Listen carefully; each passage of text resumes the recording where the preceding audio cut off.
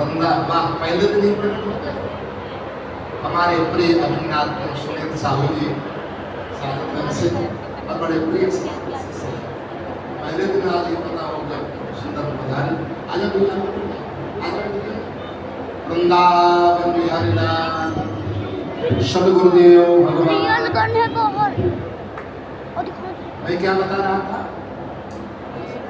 राम जी से पूछा कि कौन कौन है जरा तीन माताएं नाम बताइए। राम जी सीधे साधे नाम बताए, कौशल्या, केकई, सुमित्रा। पढ़ी लिखी सखियों ने अर्थ करना दूसरा प्रारंभ कर दिया। वाह राम जी बड़े भोले हो, कैसी है आपकी माँ? हमारे यहाँ तो मिथिला में एक माँ का एक ही मित्र होता है, एक पत्नी का एक ही मित्र होता है, और तुम्हारे यहाँ कौशल्या के कई सुमित्रा सुंदर मित्र धन्य है। माँ के लिए ऐसा बोल रहे हो। सखियों ने अर्थ दूसरा कर लिया। लक्ष्मण जी बोलना चाहे उनके खड़े होना चाहे, लेकिन राम जी ने इशारा कर दिया नहीं नहीं बोलना नहीं, नहीं नहीं बोलना नहीं। हाँ ठीक है कोई बात नहीं। तब तक की एक सखी बोली, बोले राम जी वैसे आपकी अयोध्या बहुत अच्छी है। राम जी ने कहा कैसे? सखियों ने कहा आपके यहाँ कोई पुरुषों की आवश्यकता नहीं है। कदाचित माताओं को गर्भ यदि ठहराना हो तो खीर खा करके अपने बच्चे पैदा कर लेती हैं।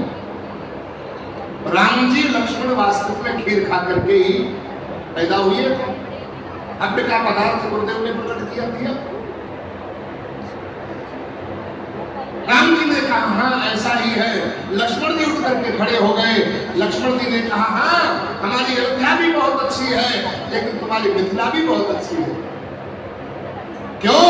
बोले अयोध्या में हमारी माताएं खीर खा करके बच्चे निकाल लेती हैं, और तुम्हारी मिथिला में धरती चीर करके बच्चियों को निकाल लिया जाता है। तुम्हारे यहाँ माताओं को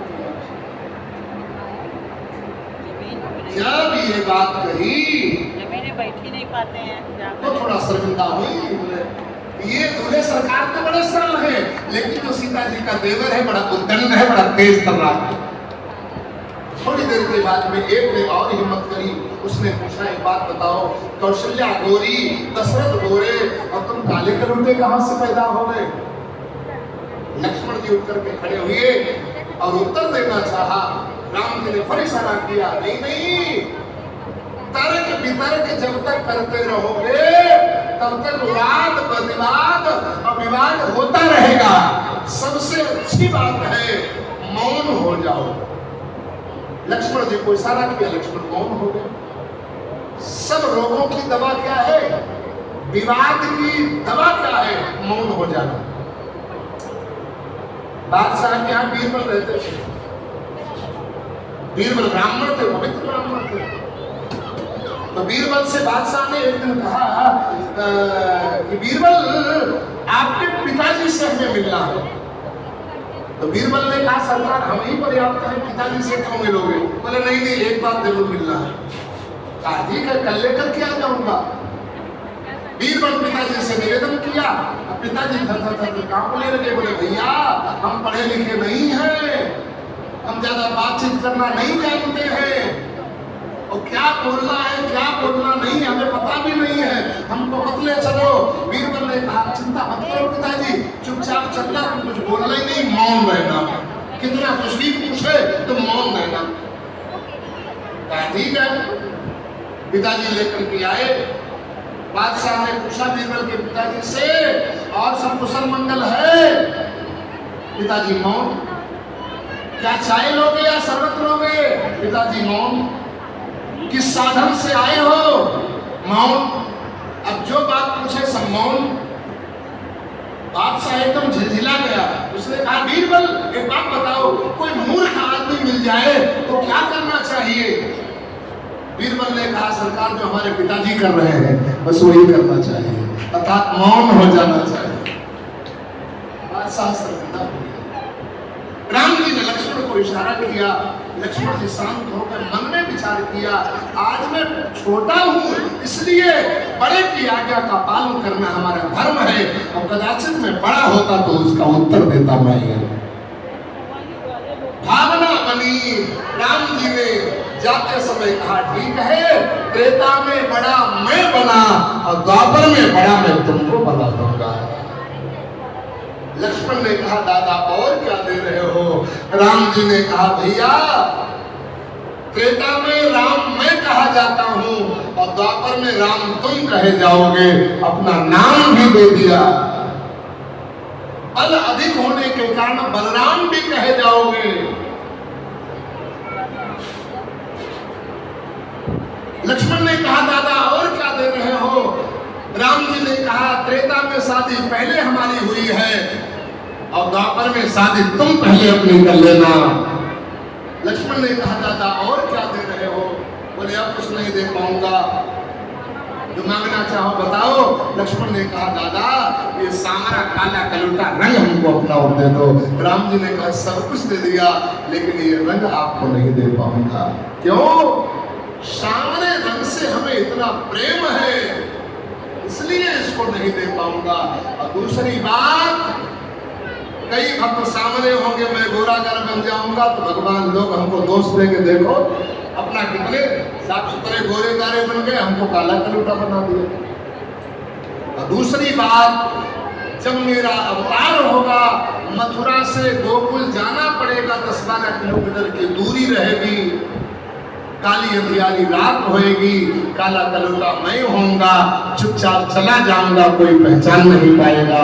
और मैं गोरा गारा होऊंगा तो दूर से लोग जान लेंगे, देख लेंगे। इसलिए आज द्वापर में भगवान कृष्ण का अवतार है, इसलिए भू भय का हरण करने के लिए और भक्तों को दर्शन करने के लिए, विष देने के लिए होता है।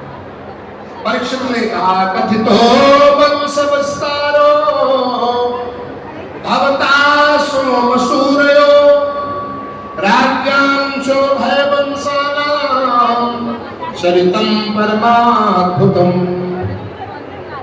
मैंने सुना है परमात्मा ने अवतार लेकर के बड़ा अद्भुत चरित्र किया है, कृपा करके बताइए हमें। सुखदेव जी ने कहा राजन मथुरा में 2 परिवार हैं, एक भोज वंश है और एक यदु वंश है। भोज वंश में उग्रसेन नाम का एक राजा है जिसका एक छोटा भाई है जिसका नाम है देवक, और देवक की एक पुत्री है जिसका नाम है देवकी। और उग्रसेन का जो बेटा है पवन रेखा से पैदा हुआ उसका नाम है कंस। कंस बड़ा ही अत्याचारी और दुराचारी बना, नाना प्रकार से भक्तों को सताना प्रारंभ कर दिया, नाना प्रकार से उल्का पात मचाना प्रारंभ कर दिया। पृथ्वी त्राही करने लगी, घबरा करके भगवान से प्रार्थना करने लगी।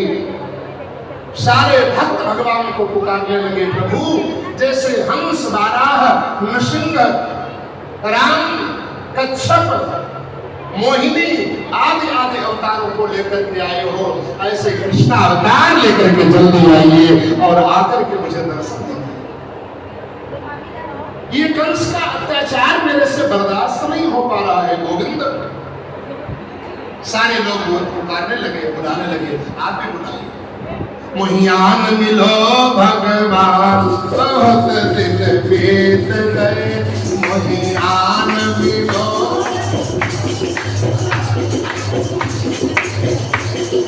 बीत गए, हाँ बीत गए, मोहियान मिलो भगवान बहुत दिन बीत गए, मोहियान मिलो।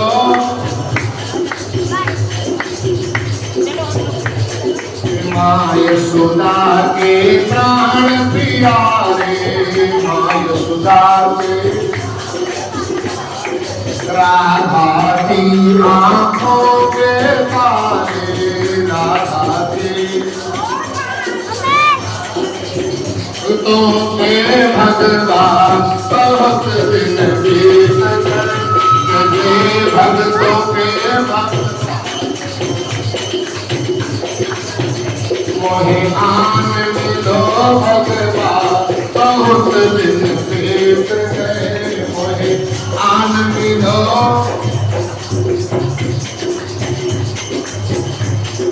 मन मंदिर में दास रचा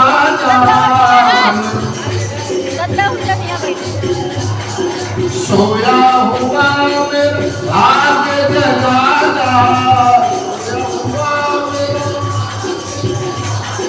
सोया हुआ मेरे भाग्य जगा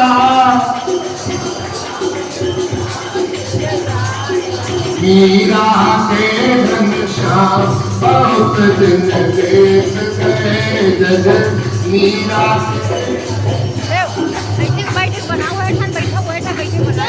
मोहिनान मिलो भगवान बहुत दिन बीत गए मोहिनान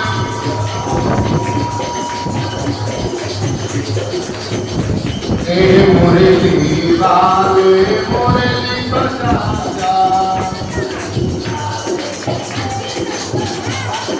सोया हुआ मेरा पाप जगा जा सोया हुआ जीवन की मेरे जीवन की हो गई शाम बहुत दिन बीत गए जीवन की हो गई मोहे आन मिलो भगवान बहुत दिन बीत गए मोहे आन मिलो भगवान सारे भक्तों ने भगवान की प्रार्थना करी है भगवान के सुंदर प्राकट्य का समय आया है भूमिका सुंदर बनाई है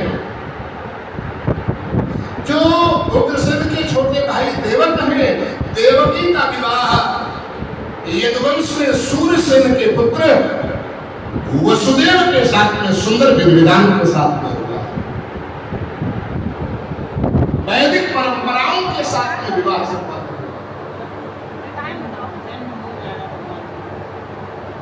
आज बहन और बहनोई के जोड़े को भेजने के लिए कंस अपने आप जा रहा है रथ के घोड़ों की लगाम स्वयं पकड़े हुए और इतना प्रसन्नता हो रही है इतना आह्लादित हो रहा है क्योंकि देवकी के गर्भ से ही भगवान का अवतार होगा आंखें बारह न कर बैठो ना रास्ते में जैसे ही मध्य पहुंचा देवताओं से मानो सुख देखा देखा नहीं गया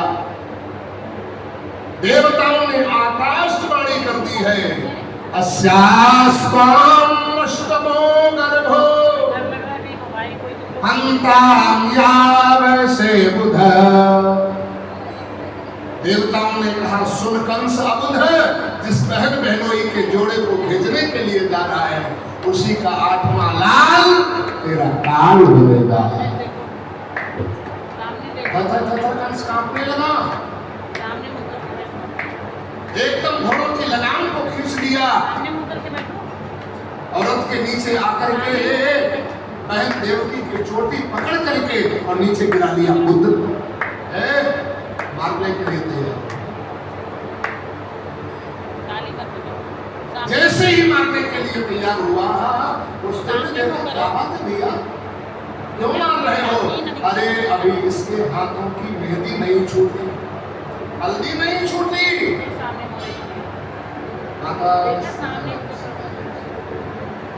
मैंने इसे नहीं देखा इसने मुझे नहीं देखा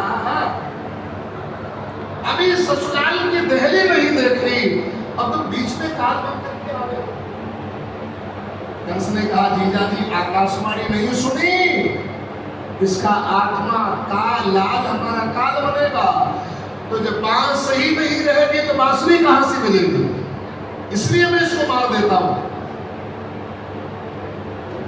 वसुदेव जी ने कहा भैया मैं आपको वचन देता हूं नव विवाहिता अपनी बहन को मार करके पाप के भागीदार मत बनो अपने भोज वंश को कलंकित मत करो असली वीर योद्धा और जो विवेकी होते हैं अपनी बहन और अपनी माँ के ऊपर कभी हाथ नहीं उठाते, उसको मारते नहीं। क्यों अपने भोज वंश को कलंकित करना चाह रहे? और रह गई बात इसके लालों की, इसके द्वारा जो लाल होंगे उन लालों को लाला करके मैं आपको दे दिया करूंगा। कंस ने कहा जीजा जी कदाचित न लाए, वचन से कहीं पीछे हट गए तो। वसुदेव ने कहा चिंता क्यों करते हो, रघुकुल रीति सदा चली आए, रघुकुल रीति सदा चली आए,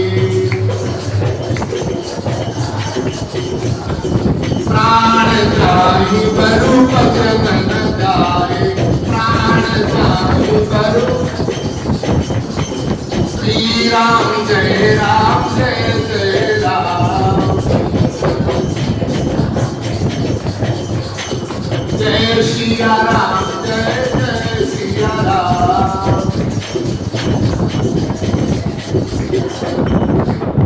जब मैं कोई पोस्ट डालता हूँ सत्संग की, तो सत्संग में ये जरूर लिख देता हूँ पोस्ट में कि कृपया भगवत प्रेमी ही आए।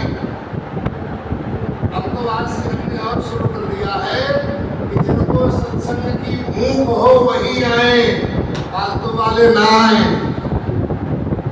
मैंने पोस्ट में डालना शुरू कि जिनको सत्संग की भूख हो वही सत्संग में आए, टाइम पास वाले, व्यवधान डालने वाले कृपया ना आए। एक ने कहा महाराज भीड़ नहीं होगी तो आनंद कैसे आएगा? हमने कहा भीड़ हो या न हो, चंदन की चैनी भली,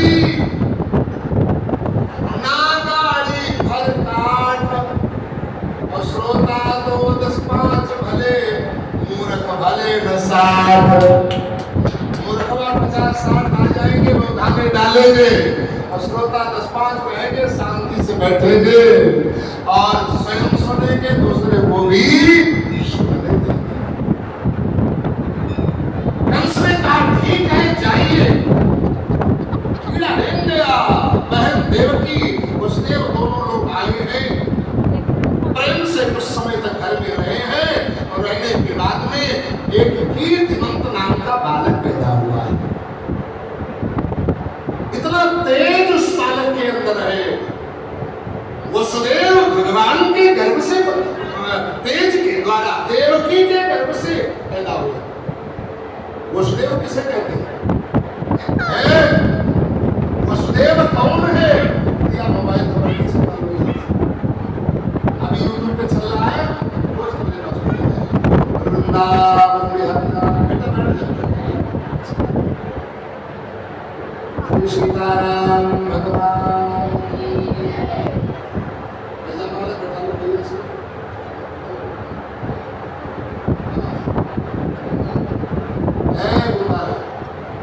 कई माताएं कहती है कहा हमारी खोपड़ी कार्य होने के लिए सीताराम भगवान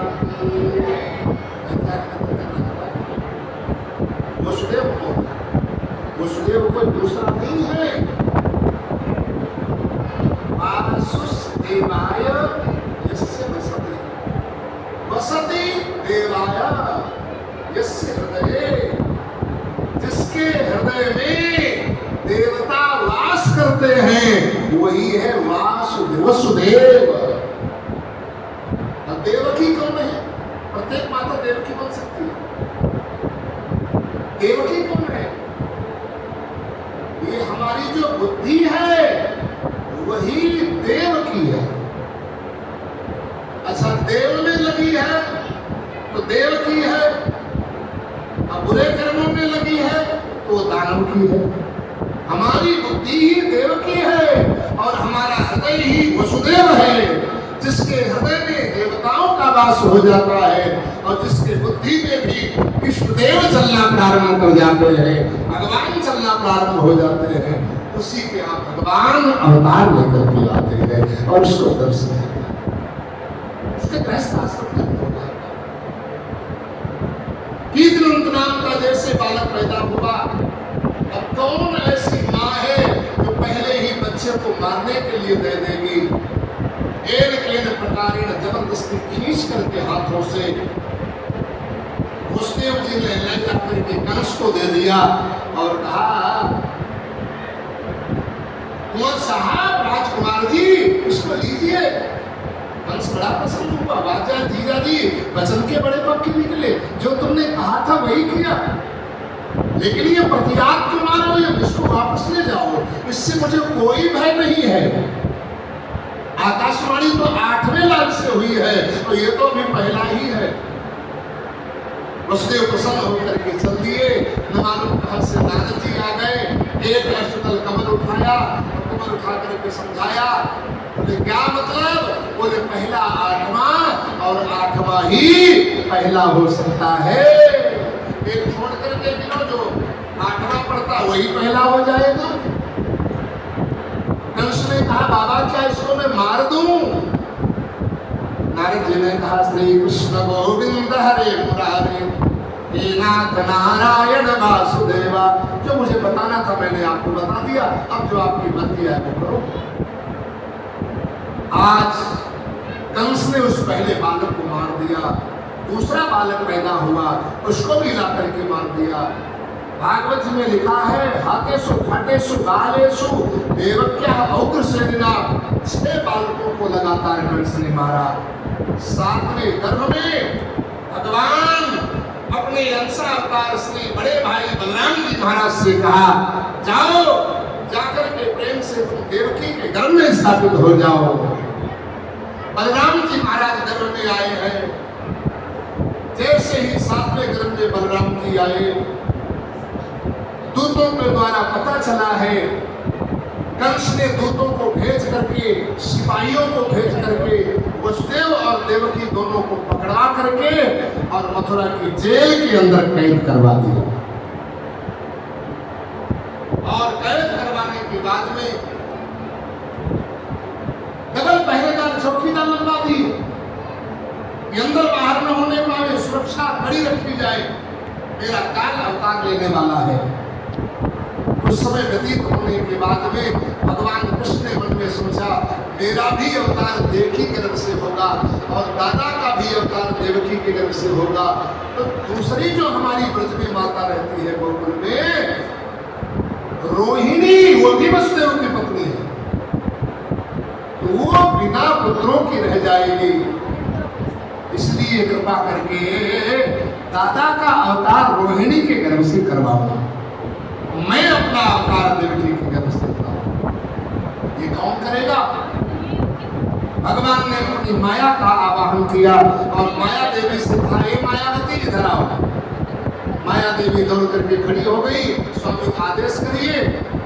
भगवान ने कहा, यहाँ से सीधे ब्रज में जाओ और ब्रज में जाकर के माया के द्वारा देवकी के गर्भ से निकाल करके बलराम जी को तुम गोकुल में रोहिणी के गर्भ में स्थापित करो और तुम जाकर के सीधे नंद बाबा की पत्नी है, उनका नाम यशोदा है, यशोदा के गर्भ में स्थापित हो जाओ। जब भादों का महीना आएगा, कृष्ण पक्ष होगा, अष्टमी तिथि होगी, बुधवार के दिन की रात के 12 बजे का समय होगा, रोहिणी नक्षत्र होगा।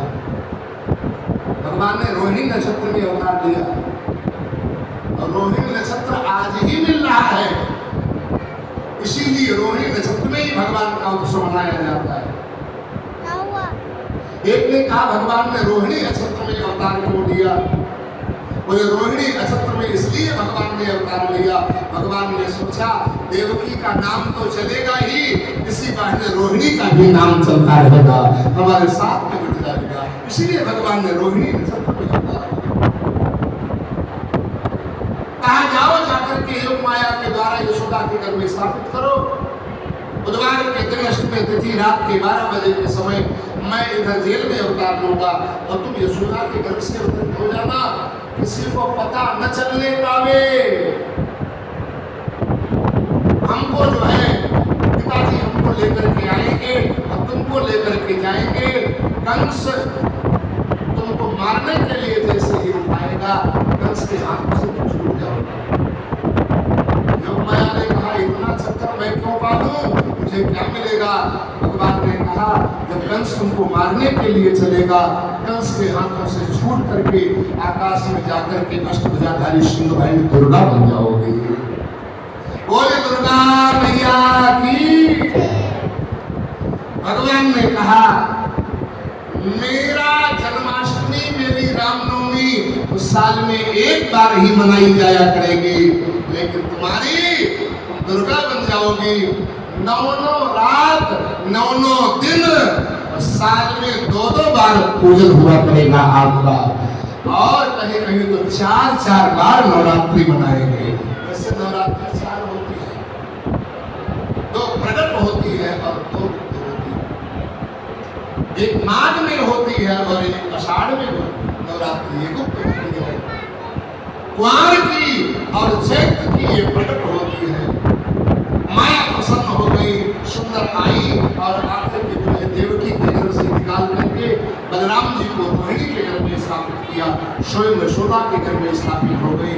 पहरेदारों ने सूचना दी और कहा राजा साहब कंस का 7वां गर्भ ही गायब हो, श्री राम देवकी बहन जी का 7वीं गर्भ ही गायब हो गया।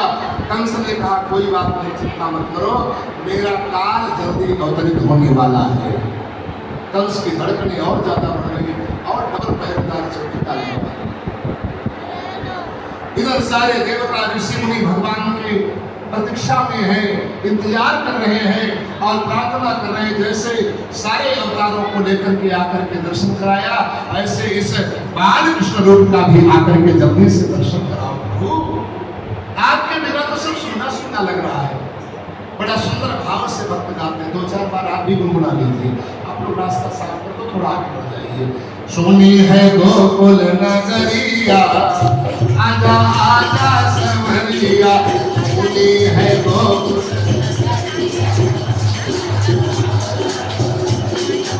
आजा संवरिया, प्यारे आजा संवरिया। सुनी है ब्रज की नगरिया, आजा आजा संवरिया, सुनी है गोकुल। बना साड़ी बजाई,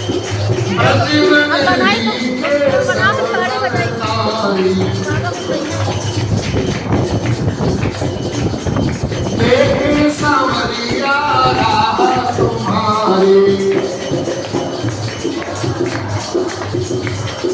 तेरी निहारे कदरिया, आजा आजा सांवरिया, तेरी निहारे कदरिया। सोनी है गोकुल नगरिया, आजा आजा संवरिया।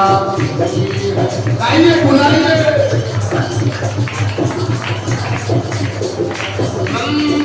नंदा नंदा बनके तुम हो राजा,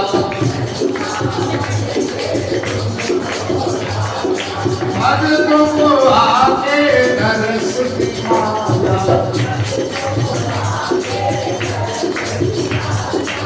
आके बजा जा बंसुरिया, आजा आजा संवरिया, आके बजा जा।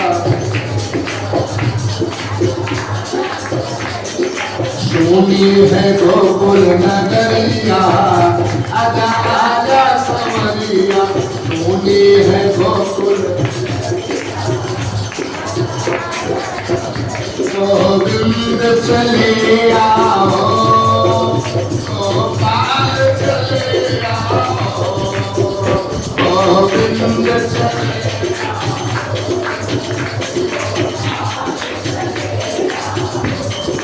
आओ, मेरे मुरलीधर माधव नंदलाल चले आओ, मेरे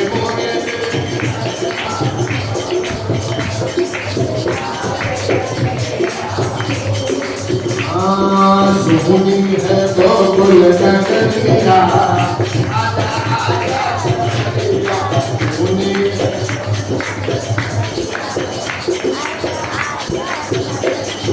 सारे भक्त भगवान से प्रार्थना कर रहे हैं, भगवान को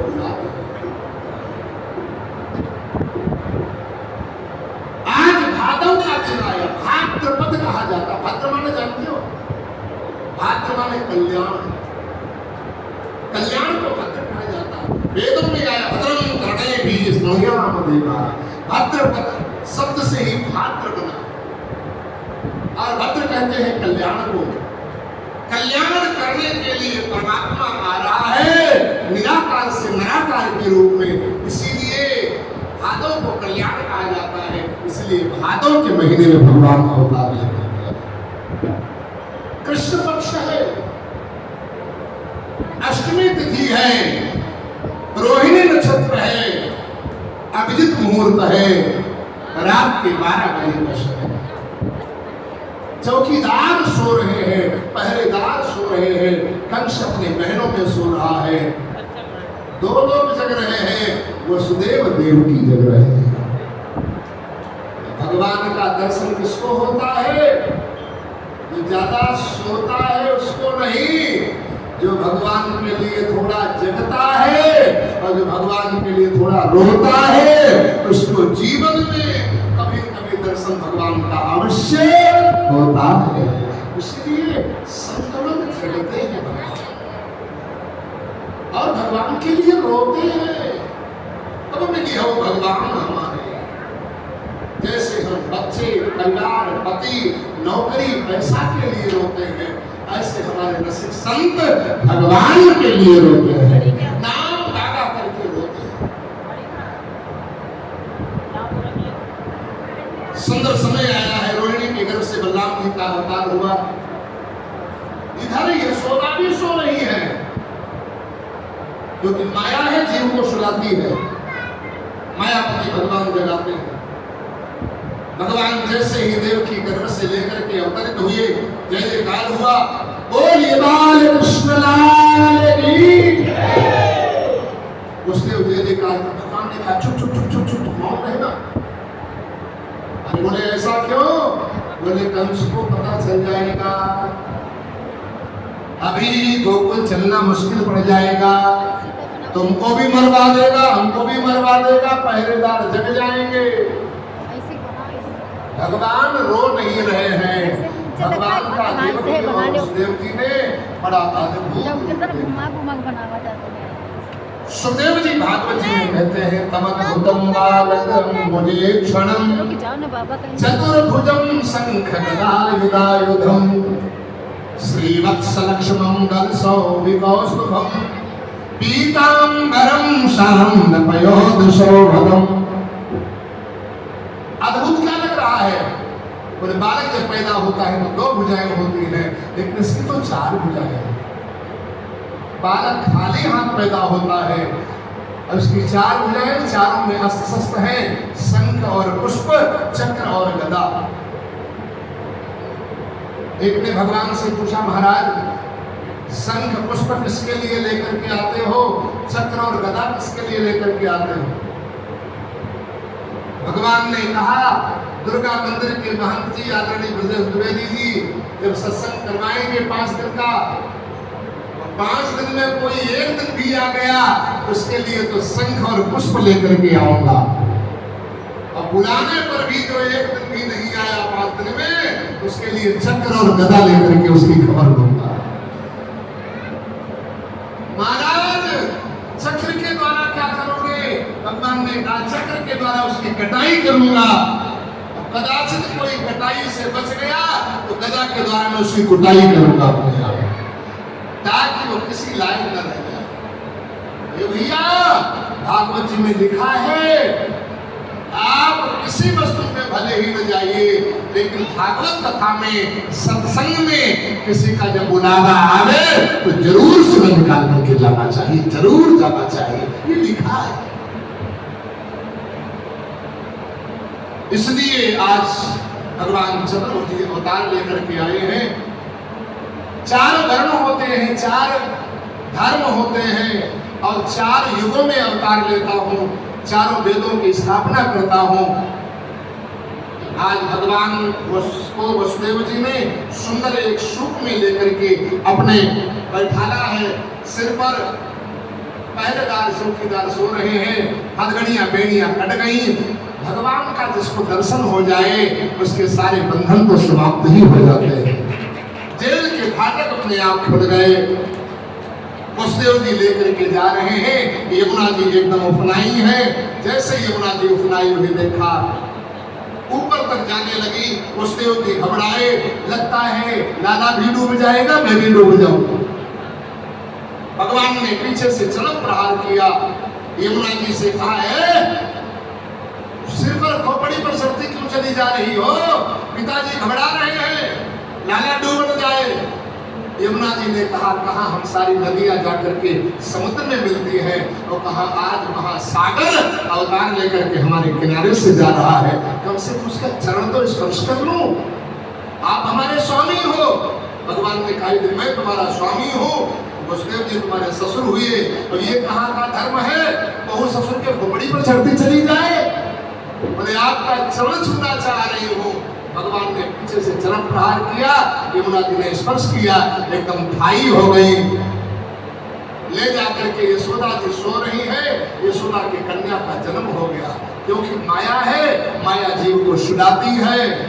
भगवान को उड़ाया, कन्या को लेकर के आए, अपने आप हथकड़ियां बेड़ियां पड़ गई। सूचना दी है, भगवान का प्राकट हुआ, जय जयकार हुआ। इधर सुनंदा नाम की बहन ने नंद बाबा की दौड़ करके सूचना दी, भगवान का प्राकट हुआ है, जय जयकार होने लगा। बोलिए बाल कृष्ण लाल की, वृंदावन बिहारी लाल की, श्री सद्गुरुदेव भगवान की। चारों तरफ उत्तर आनंद छाया हुआ है। सारे ब्रजवासी भक्त सब दौड़ दौड़ करके आ रहे हैं। एक ही आवाज सुनाई दे रही है, नंद के लाला की, सभी लोग आनंद ले रहे हैं, ताली बजा करके कोई नाच रहा है, कोई कूद रहा है, कोई बधाई लुटा रहा है।